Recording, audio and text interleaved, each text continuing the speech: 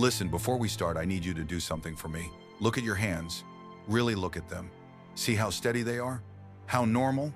Remember that, because by the time I'm done telling you what happened in Syria, you're going to check them again, and you're going to wonder if they're still yours. My name is Staff Sergeant Marcus Cole. Everyone called me Reaper. 73 days ago, my unit encountered something in the Syrian desert that shouldn't exist. The official report says we were exposed to a hallucinogenic chemical weapon. 5 operators went in, 4 came back, 1 became something else entirely. The Pentagon is lying to you, and I'm done keeping their secrets. Because here's the thing about chemical weapons, they don't rewrite the laws of physics. They don't make you exist in multiple dimensions simultaneously. And they sure as hell don't follow you home and whisper your childhood memories while you're trying to sleep. I'm going to tell you exactly what happened. Not because I want to, but because what we found in those ruins is still out there. It's spreading, and if you're not prepared when it finds you, well, let's just say there are worse things than dying. You need to understand something about Delta Force. We're not cowboys. We're not action heroes. We're precision instruments. Every mission is planned down to the second. Every contingency is accounted for. We've got protocols for everything from nuclear weapons to biological warfare. But we didn't have a protocol for this. It started with a briefing at 0400 hours. No warning, no prep time. Just a call that yanked us out of our racks and into a room that didn't officially exist. The kind of room where conversations never happened and decisions were never made. There were 5 of us on Cerberus Team. Hawk was our leader, one 6'4" of Tennessee farm boy who could solve differential equations in his head while calling in airstrikes. I once watched him calculate the exact amount of explosive needed to drop a building without damaging the one next to it, all while taking fire from 3 directions. The man's brain was a weapons-grade computer. Prophet was our sniper, and yeah, we gave him shit about the name. Nigerian-American, raised Baptist, converted to Islam in college. He had this thing where he'd pray before every mission, not for victory, but for clarity. Said God didn't care who won wars, only that you saw clearly when you pulled the trigger. Weird philosophy for a sniper, but the man could thread a needle at 2,000 yards in a sandstorm, so nobody argued. Vandal was our demo guy. 23 years old, looked like he should be playing video games in his mom's basement, not blowing up terrorist compounds. Got his name because he had a habit of leaving smiley faces spray-painted on our targets. Command hated it. We loved it. Kid kept us human when the job tried to make us into machines. Had this weird quirk where he'd sing Disney songs while working. You haven't lived until you've heard A Whole New World sung while someone's wiring C4 to a door. Doc was Doc. Former trauma surgeon from Johns Hopkins who got bored of saving lives in sterile operating rooms. Joined the Army at 32, made it through selection at 35. Oldest rookie in Delta history, could perform surgery with explosions going off around him. I'd seen him remove shrapnel from a guy's heart using a pocket knife and dental floss. The patient lived. And me? I was the CQB specialist, close quarters combat, the guy you sent in first when things were about to get intimate. Got my nickname because I had a talent for making problems disappear quietly. Ironic, considering I'm the one who can't shut up about what happened. The briefing was run by a CIA spook who didn't give his name. They never do. Pale guy. Looked like he hadn't seen sunlight since the Bush administration. The first Bush. Gentlemen, he said, sliding a tablet across the table. 3 hours ago, we lost contact with a deep cover asset outside Raqqa. His last transmission was unusual. He played the audio, 20 seconds of breathing, harsh and ragged. Then a voice, speaking Arabic but wrong, like someone had taken the words apart and put them back together in the wrong order. Prophet translated, "It's inside the walls. It's inside the walls. It's inside the..." Cut to silence. Then, clear as day, in perfect American English. So, hearing him speak with what sounded like a Midwest accent was unsettling. Vandal, because he had no filter, laughed. What is this, some kind of viral marketing for a horror movie? The spook didn't smile. Never a good sign. Your asset was investigating reports of a new weapon being tested in the region. Something that's been wiping out entire villages. No bodies, no survivors, no chemical signatures. Just empty buildings and this. He pulled up satellite imagery. 12 villages in a perfect circle around an archaeological site. Each one completely depopulated. Every living thing gone. Humans, animals, insects, plants. But the structures were intact. Cars still had gas.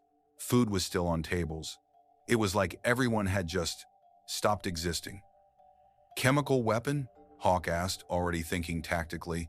That's what we assumed, until we found these. New images.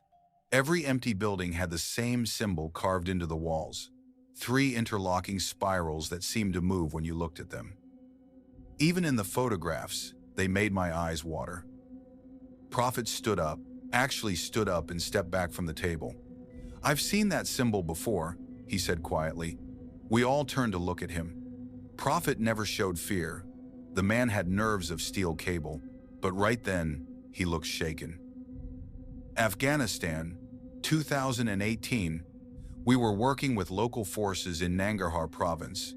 Came across a village that had been abandoned for decades. Elder told me it was cursed. Said that symbol marked places where the wall between worlds was thin, where things that shouldn't exist could push through. The spook leaned forward. What kind of things? He called them the kafir, but not kafir like unbeliever. This was older, pre-Islamic. He said they were things that existed before God separated light from darkness, things that weren't supposed to be. Superstition, Hawk said, but his voice lacked conviction. Maybe, Prophet replied. But that elder? He showed me photographs from the Soviet occupation. Same symbol, same empty villages. Russians sent in a Spetsnaz unit to investigate. And they found pieces of them. Just pieces. Arms, legs, organs. Arranged in patterns that hurt to look at. No heads. Never found the heads. The room got quiet. The kind of quiet that comes before bad decisions. Which is exactly why we need you to investigate, the spook said. If someone has weaponized local folklore, turned superstition into a weapon system, we need to know how. And we need to stop it. I should have walked out. We all should have. But we were Delta. We didn't walk away from missions. Even the ones that felt wrong, especially the ones that felt wrong. We went in on Little Birds just after 0200 local time. If you've never ridden in a Little Bird, imagine strapping yourself to the outside of a flying lawnmower while someone shoots at you. It's actually less safe than it sounds, but it's fast, quiet, and gets you in low enough to avoid most radar. The flight in was normal. Pilot was a night stalker named Kentucky, who hummed Johnny Cash while flying. Said it helped him concentrate.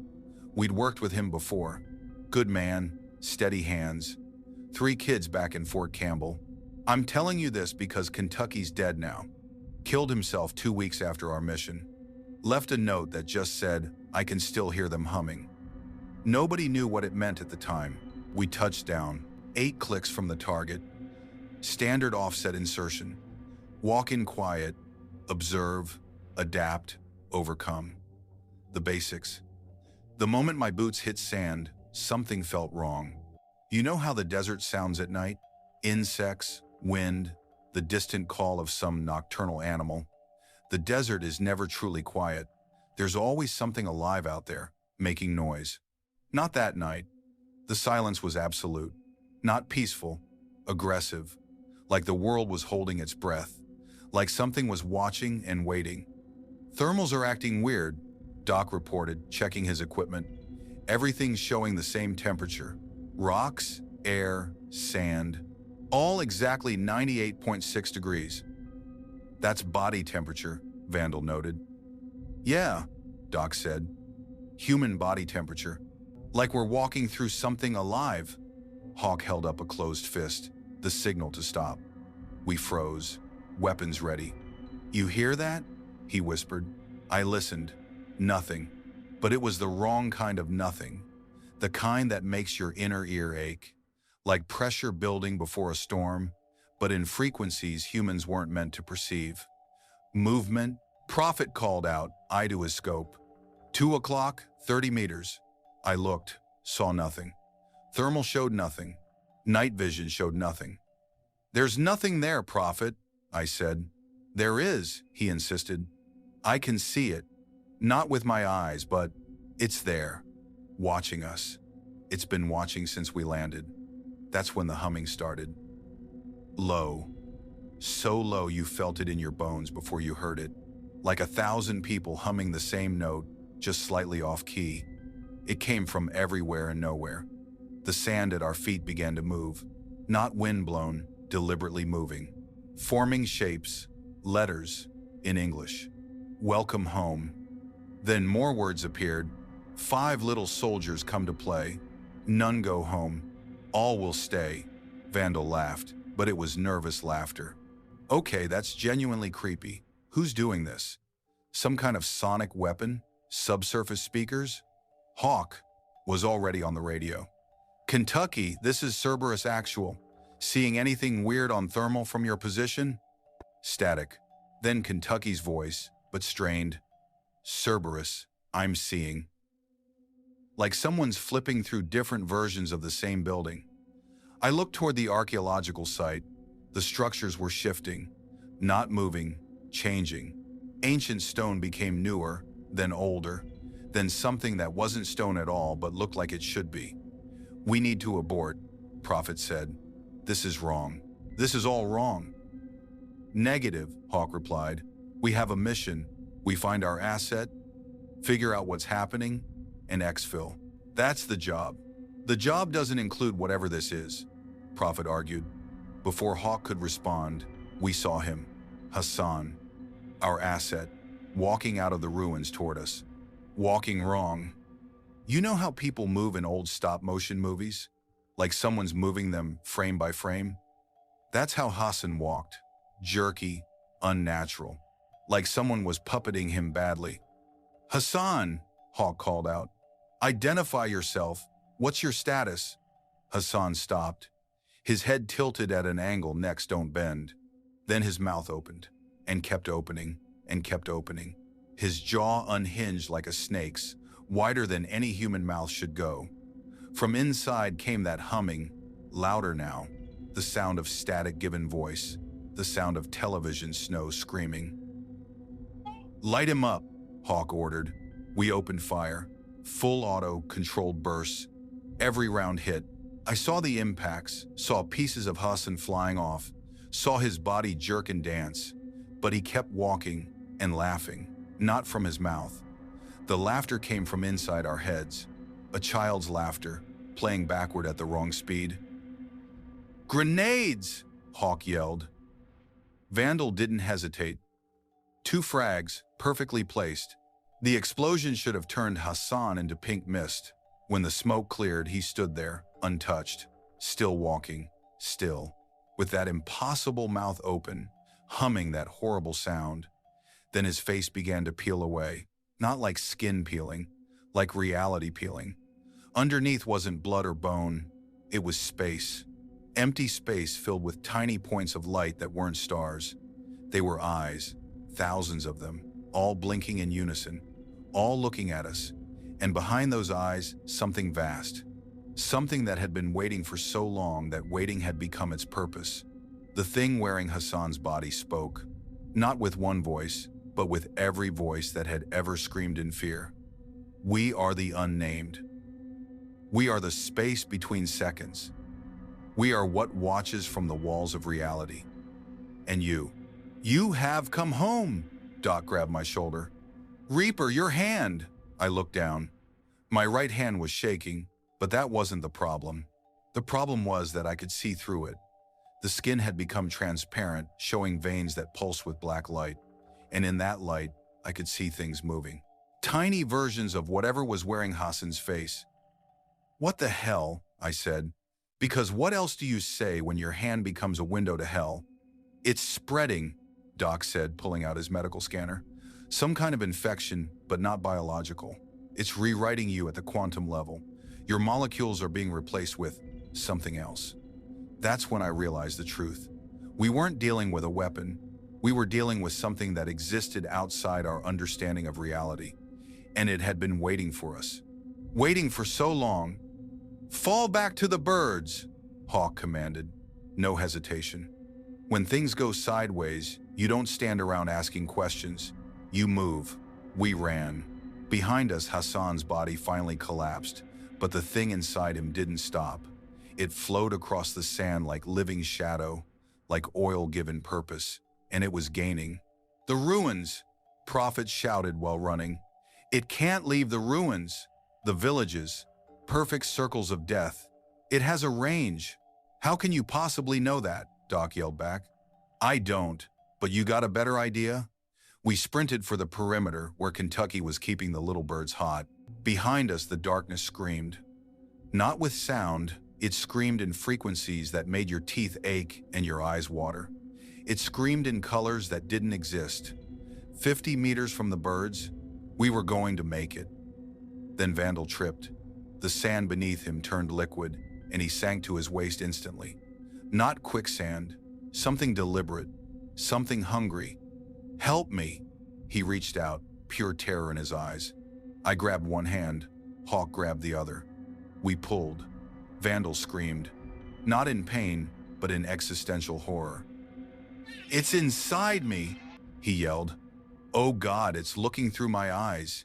It can see what I see. It knows what I know." When he spoke again, it wasn't his voice. It was the sound of emptiness speaking. "You cannot run from what you already carry.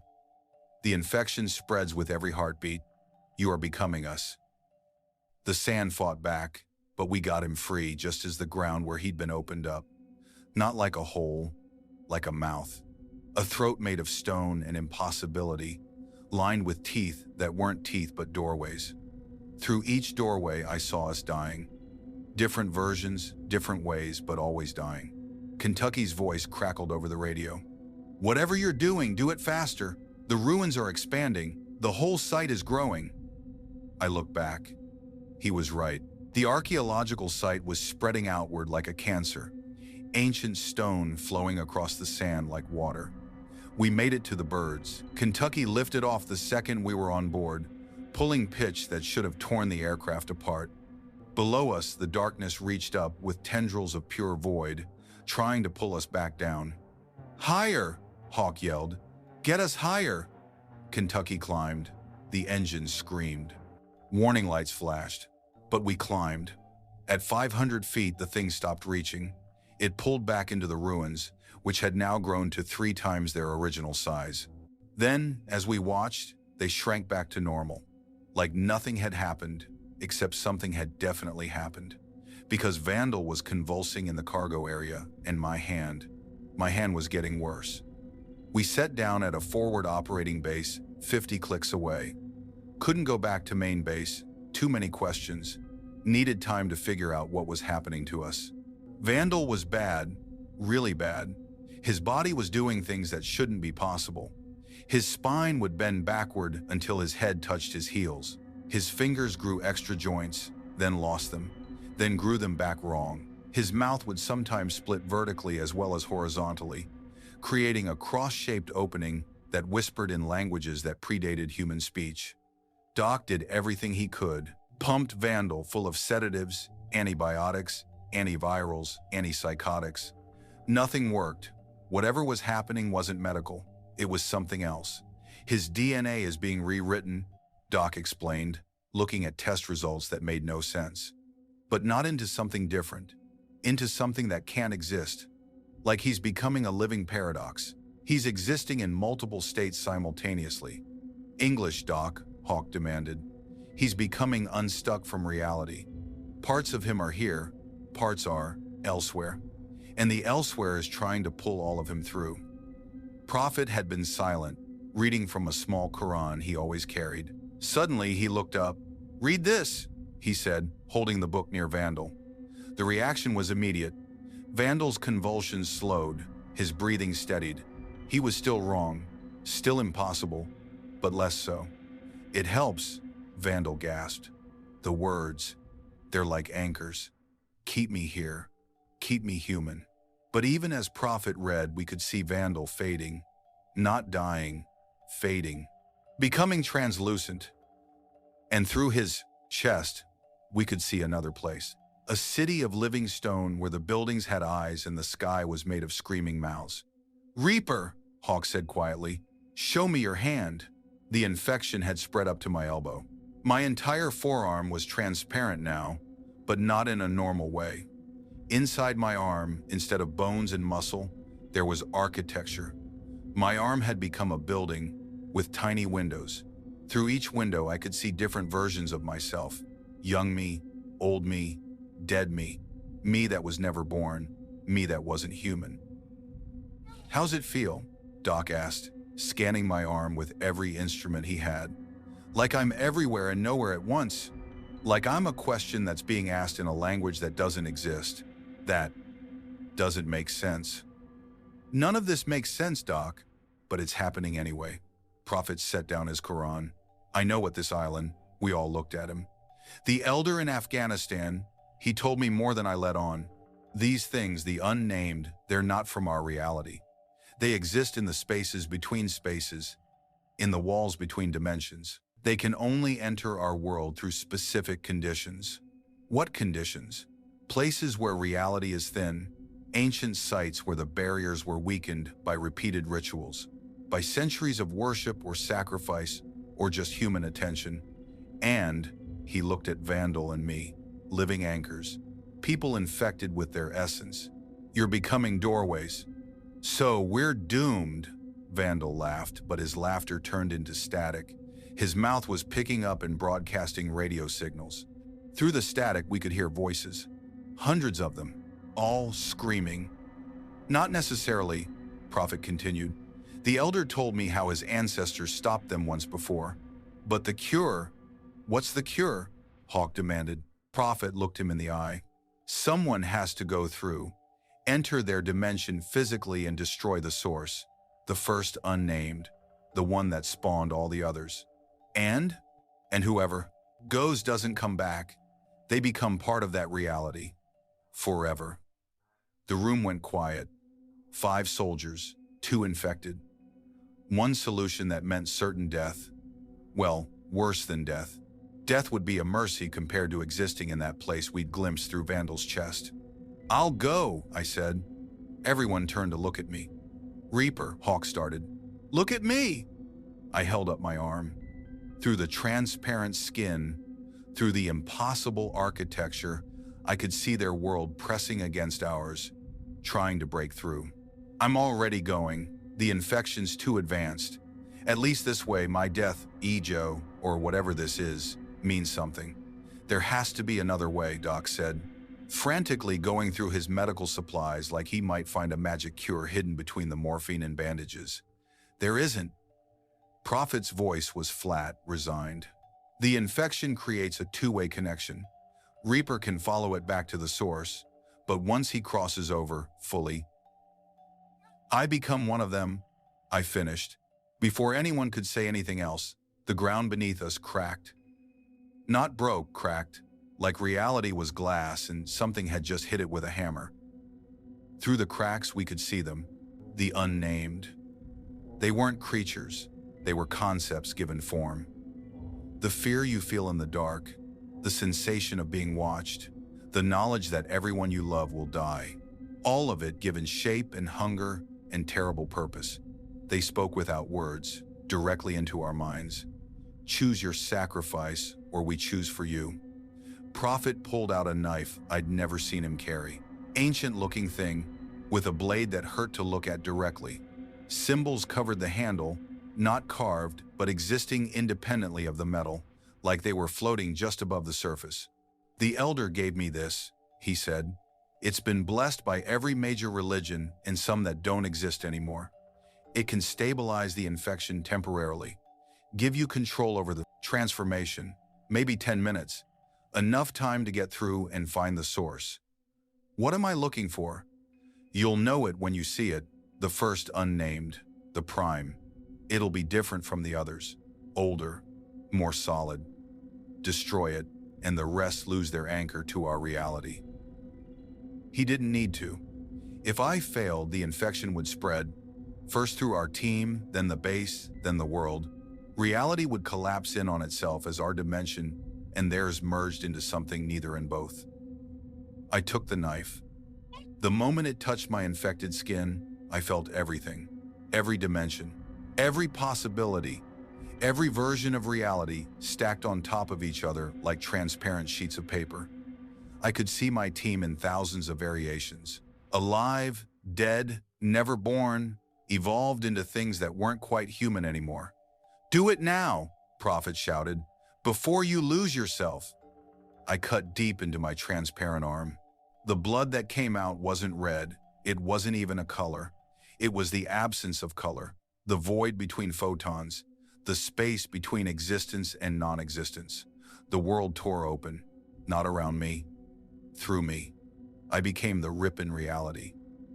My body stretched, twisted, folded in ways that three-dimensional space shouldn't allow. I heard Hawk screaming orders, Doc trying to hold me down, Vandal singing, of all things. "Let it go," from Frozen, his voice crackling with static and determination. Then I was through. How do you describe a place that doesn't follow the laws of physics? Where up is sometimes down but usually diagonal? Where the air is solid but the ground is theoretical? The unnamed dimension was alive.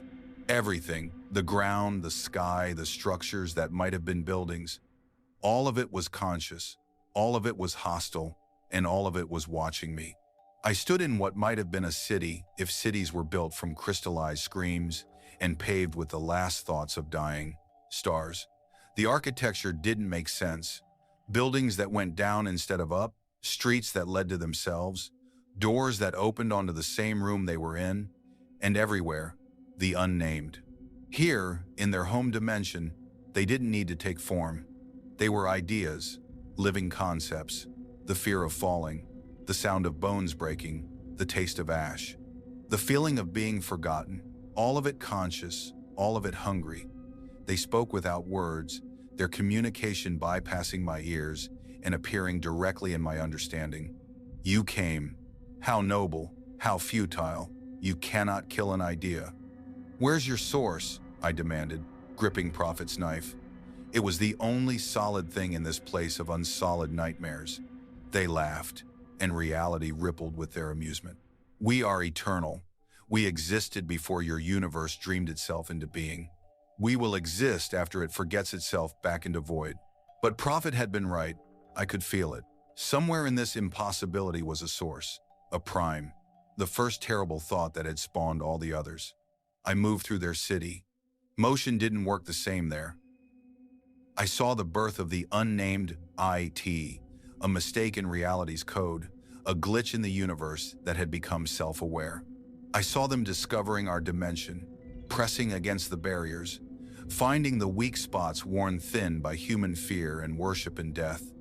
And I saw what they wanted. They didn't want to invade our world. They wanted to trade places with us. Our reality was stable, solid, bound by laws and logic. Theirs was chaos, constantly shifting, exhausting to exist in. They wanted out. And we were their tickets. Every person they infected became a doorway. But more than that, we became replacements. They would take our place in reality while we took theirs in chaos. The empty villages suddenly made sense. Those people weren't dead. They were here, in this nightmare dimension, while the unnamed walked the earth, wearing their lives like clothes. Then I saw it. In the center of the chaos, a building that didn't change. Solid, real, made of actual stone and metal and wood. And from inside, a light. Warm, yellow, human. I ran toward it, though running in that place was more like controlled, falling through layers of possibility. The unnamed tried to stop me, throwing concepts at me like weapons. The fear of drowning, the pain of burning, the sorrow of outliving everyone you love. But I held on to one thought. My team was counting on me. My brothers. That thought was solid enough to push through their assault. I reached the unchanged building and kicked open the door. Inside was a man. Human, ancient, sitting at a desk, writing in a book with letters that squirmed off the page as soon as he wrote them. He looked up at me with eyes that had seen too much for too long. Finally, he said, someone else figured it out. You're human, I said, though my voice was already becoming less sound and more idea. The infection was accelerating. Even with Prophet's knife, I was losing cohesion. Was human, the old man corrected. About 3,000 years ago. Give or take a century, time moves differently here. Sometimes backward, sometimes not at all. Who are you? I'm the keeper, the warden, the fool who created this prison. He gestured at the chaos outside his window. And the prisoner who keeps it locked. I noticed the chains then. Massive things made of the same nothing color as my infected blood, binding him to the desk 3 millennia ago, he continued. I was a philosopher. Greek, though that hardly matters now. I discovered the truth, HDI, that reality has layers, like an onion, but each layer is a different universe with different rules. I found a way to peer between them, and I saw the unnamed. You let them into our world? No, worse. I pulled them halfway. Created this place, a buffer dimension, neither theirs nor ours. A prison for them. He smiled bitterly. And for me, I'm the lock. As long as I exist here, they can't fully enter reality. Only fragments, infections, influences. The villages, our asset, partial breakthroughs. They can take people, pull them here, but they can't fully manifest in your reality. Not while I'm the keeper. 3,000 years, I said, trying to wrap my mind around it. You've been here for 3,000 years? Every second an eternity? Every eternity a second. But it was my mistake, my arrogance. I thought I could study them, learn from them. Instead, I became their cage. How do we stop them? The keeper pulled out a key. It was made of solid light, warm and impossible. The only truly real thing I'd seen since crossing over. You don't stop them, he said. You replace me. My heart sank. If I still had one. The infection had spread through most of my body now. I was more idea than flesh. Someone has to stay. That's always been the rule. The prison needs a warden. A human will stronger than their chaos. I've held them for 3 millennia, but I'm failing. Getting tired. That's why they've been breaking through more often. There has to be another way. Their island, the unnamed, burst through the walls. Not physically, conceptually. The building remained solid, but they were suddenly inside, made of shadow and hunger and the space between thoughts. The keeper lies, they said with voices that were the absence of voice. There is another way. The keeper stood between me and them, suddenly looking far less frail. Don't listen. Destroy the key. Free us all. Your friends live. You live. Everyone lives. Everyone becomes like you, the keeper corrected. No more humanity, just chaos wearing human shapes. I looked at the key. Such a simple thing, but I could feel its weight. Not physical, but metaphysical. It was the cornerstone of this entire prison. Destroy it, and everything collapsed. Choose quickly. The Ruli Sai, Keeper said. Your humanity is almost gone. I thought about my team. Hawk, Doc, Prophet, Vandal. My brothers. They'd die for me without hesitation. I'd die for them the same way. But this wasn't about dying. This was about existing in hell forever, holding the door closed so the monsters couldn't get out. Then I remembered something Vandal had said while rigging a particularly complex explosive. You know what I love about demo work? It's not about the biggest boom. It's about the right boom in the right place. The right boom in the right place. You're both wrong, I said. The unnamed and the keeper both turned to me. The prison doesn't need a single warden. It needs humanity itself. That's why you've been failing. I looked at the keeper. You've been alone. Cut off from what makes us human. Connection, purpose, hope. You've become more like them than like us. I took the key. It burned, but not with heat. With possibility. I'm not staying alone. I cut myself with Prophet's blade one more time. deep, through my chest. But instead of void blood, light poured out, the same light as the key. "What are you doing?" the keeper demanded. "Changing the rules." I reached through the wound in my chest, through dimensions, through reality itself. I felt the connection to my team, to Vandal, partially infected, to Prophet with his unshakable faith, to Doc with his need to heal, to Hawk with his duty to lead and protect. And I pulled. Not their bodies, their shadows, the parts of them that existed in every dimension, the pieces that connected us as brothers. They appeared in the Keeper's building, not fully here but here enough. "Reaper?" Hawk's voice, distant but real. "What the hell? No time. Listen, the unnamed need a prison. The prison needs wardens. Plural. We do this together or humanity falls."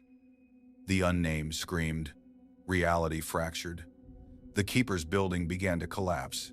"I am possible. The rules are absolute. We're Delta Force." Vandal's voice crackled through the chaos. "We make our own rules." Each of my brothers took a piece of the key as it split into 5 fragments. Each piece resonated with one of us, burning with different light. The Keeper stared in amazement. This could work. Shared burden.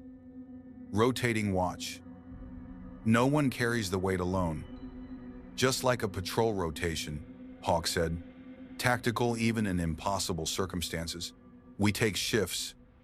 The unnamed attacked. All of them, at once. Reality didn't just break, it ceased. For a moment, we existed in true void. Nothing. Not even the concept of nothing. Then Prophet spoke, not in Arabic, not in English, in something older. The words of making, the language that shaped reality from chaos. I don't know where Prophet learned those words. He said later the elder in Afghanistan had taught them to him, but I think it goes deeper than that. I think some people are born knowing them, carrying them in their souls like genetic memory. The words froze everything. The unnamed, the keeper, the collapsing reality, NES. All of it stopped. A prison requires a warden, Prophet said, his voice echoing with power that wasn't quite his own. But not one, 5. Connected across dimensions, each spending 1 day in 5 here, 4 in reality. A rotating guard. Forever. That's still eternity in hell, Vandal pointed out. No, the keeper said, understanding dawning on his ancient face. It's brilliant. You're never here long enough to lose yourself. You remain anchored to humanity, and the burden is shared, Hawk finished. We can do this. But the unnamed had one last play. If we cannot be free, neither can you. They shattered themselves. Millions of fragments, each a seed of chaos, shooting outward toward Earth, toward every dimension, toward every possible reality. Stop them, the keeper shouted. Vandal laughed. Not his static, corrupted laugh, but real, human laughter. Took his fragment of the key and shoved it into his chest. He was becoming a black hole of light, pulling the unnamed fragments back. Vandal, no! Doc reached for him. It's okay, Vandal said, his voice already fading. Someone has to be the filter. The membrane between dimensions. Might as well be the youngest. I've got more years to give. A living wall between realities. Tell my sister, he started, then laughed. Tell her I finally found something worth singing about. And he sang, Let it go, but in the words of making. Each note was a chain, binding the unnamed fragments, preventing them from reaching Earth. When the song ended, Vandal was gone, but not dead. He had become part of the prison itself. The walls, the barriers, the space between dimensions, all of it was him. I can hear him, Prophet whispered. He's everywhere here. He is the prison now. The keeper handed us the reformed key. 5 pieces that made a whole when brought together, each piece resonating with one of us. The contract is set, he said. You 4 will rotate through, 1 day here for every 4 on Earth. I will remain as guide, teaching you to maintain the barriers. And Vandal is the prison itself. conscious, aware, but spread across all dimensions. The ultimate guardian. Can we talk to him? Doc asked. A whisper filled the air. Vandal's voice, coming from everywhere. Always here, brothers. Always watching, always singing. It should have been creepy. Instead, it was comforting. Vandal would never be alone. Neither would we. Getting back was easier than getting there. Vandal's presence guided us, his voice a GPS through dimensions. We emerged in Syria, exactly where we'd left. Time had barely passed, maybe 5 minutes in Earth time. But we were changed. My arm remained partially transparent, a window to other dimensions. Sometimes I'd catch glimpses of the unnamed pressing against Vandal's barriers, testing for weakness. Prophet's eyes now held flecks of gold, HD, residue from speaking the words of making. He could see things before they happened. Not the future, but the potential for futures. Doc's hands glowed faintly with healing light. He could fix things that shouldn't be fixable. Cure cancers with a touch. Mend bones with a word. He kept it quiet. Had to. Hawk's shadow moved independently sometimes, checking corners before he did. It had become semi-sentient, a part of him that existed partially in the other dimension, always on watch. Extraction in 5, Hawk said. All business. Story as we encountered a chemical weapon, hallucinations. Vandal didn't make it. Training accident stateside 2 weeks from now. Clear? We nodded. The lie was necessary. The truth would break people, would break reality itself if too many people believed it. Kentucky flew us out. He didn't ask questions, but I saw him looking at us, saw him notice our changes. 2 weeks later, he put his service pistol in his mouth and pulled the trigger. Left that note about hearing humming. I think he was sensitive to it. Some people are. They can feel the thin places, hear the unnamed, testing the barriers. Kentucky couldn't handle knowing what was on the other side of reality. That was 73 days ago. Since then, we've maintained the watch. Every 5th day, one of us disappears for 24 hours. Our families think we're on classified missions. Our command thinks we're in deep cover psychological operations. The truth? We stand guard at the edge of reality, making sure the unnamed stay imprisoned. It's not as bad as it sounds. The Keeper's building is solid, real. There's food, water, even internet, HTC. Don't ask me how that works. And Vandal's always there, his voice a constant presence. Sometimes he tells jokes, sometimes he sings, sometimes he warns us when the unnamed are testing the barriers harder than usual. But here's why I'm telling you this story, why I'm breaking every oath I've ever taken. The barriers are weakening. Not from the inside. Vandal holds that line like a freaking champion. From the outside, from our side. Humanity is evolving. Every generation is more aware of the quantum nature of reality. Every breakthrough in physics, every exploration of consciousness, every deep meditation or near-death experience, they all thin the barriers a little more. We can't guard against human curiosity, can't stop our species from pushing boundaries, exploring the impossible. It's what makes us human, but it's also what's going to let them through eventually. Last week, there was an incident in Morocco.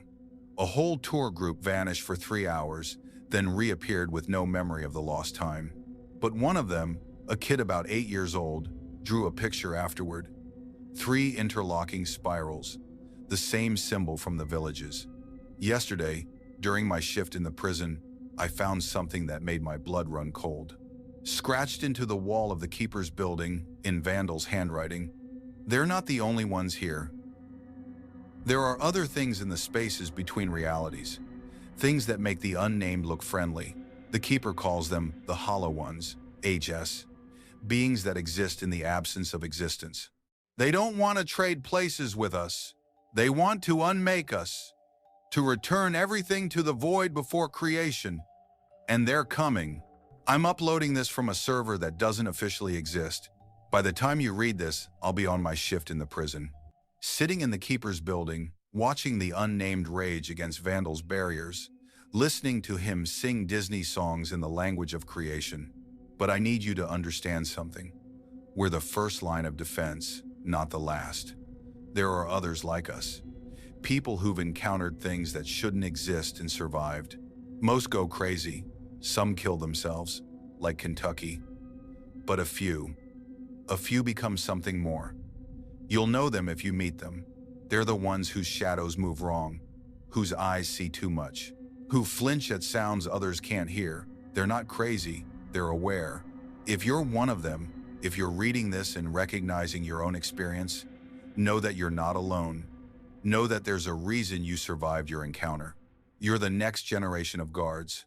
Find each other, learn from each other, because one day, maybe soon, maybe years from now, we're going to need you. When that day comes, when reality cracks and the impossible comes pouring through, remember this: 4 soldiers and a ghost are holding the line. We're giving humanity time to evolve, to become something that can face these threats without breaking. But we can't hold forever. Start preparing, question reality, trust your instincts when something feels wrong. And if you ever see the spirals, if you ever hear humming that comes from nowhere, if your shadow ever moves independently, run. Run and don't look back. Unless you're ready to join the watch, unless you're ready to stand at the edge of everything and tell the darkness, no. This is Staff Sergeant Marcus Reaper Cole, signing off from the border between what is and what should never be. Stay human, stay alert, stay alive. And remember, when you're lying in bed at night and you hear something that shouldn't be there, when you feel eyes watching from the dark corners of your room, when reality feels just a little bit wrong, you're not imagining it. We're holding them back. But the walls are getting thinner. The watch continues. The song continues. The fight continues. Until the last human draws breath, we hold the line. Vandal's still singing. Right now, as you read this, somewhere between dimensions, he's singing A Whole New World. And you know what? He's right. It is a whole new world. A world where 4 broken soldiers take turns in hell, so you can sleep safely. A world where the impossible is kept at bay by nothing more than human will and Disney songs sung in the language of God. A world balanced on the edge of a knife, one wrong step from falling into chaos. Welcome to the truth. Welcome to the watch. Welcome to the war nobody knows we're fighting.